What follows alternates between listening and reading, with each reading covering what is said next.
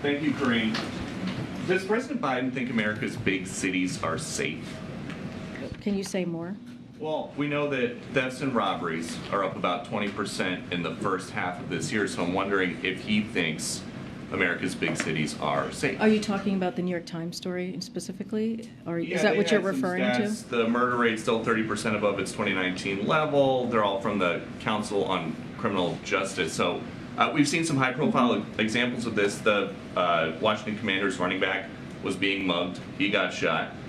Karen Bass, member of Congress, had her house robbed. These are high-profile people. So should everyday Americans who are not in the public eye feel safe? So I'll say this. That same story also stated that the crime is complicated and multifaceted.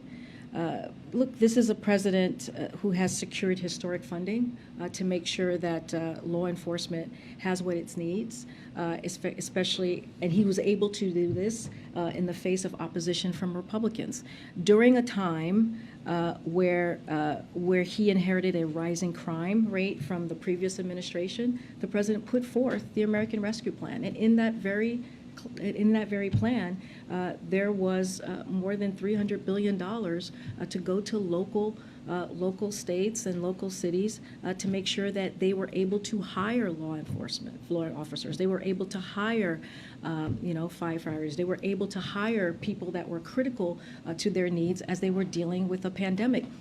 Republicans voted against that. So I guess just the original question, does President Biden think America's big cities are safe? It is not a yes or no question. It is very much a question of what has he done? That's how we see the question, is what has he done to make sure that cities, and it doesn't matter if it's a big city or a small city. It doesn't matter if it's in a red state or a blue state. What matters is that we have the funding and we have done the work, put the policy forward to make sure that these cities, whether it's big or small, have what they need to protect their community. And that's what this president has done, again, without the help of Republicans. And my last one on this. JEN PSAKI says that crime is a huge vulnerability for Democrats. Why would she say that? So, again, I can't do electoral politics from here, as you know, but I don't agree with your characterization of what she actually said. But I'll say this, and I've already said this already. The past few months, what we've been able to do is create a pretty much clear split screen of what we are doing to deliver for the American people and what Republicans refuse to do.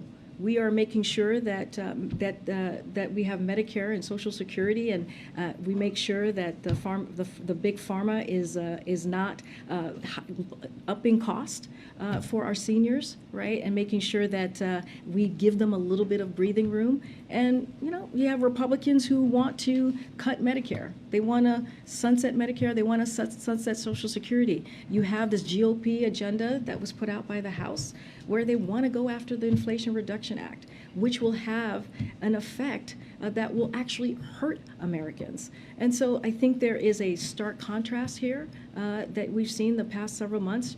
I would argue the past 19 months.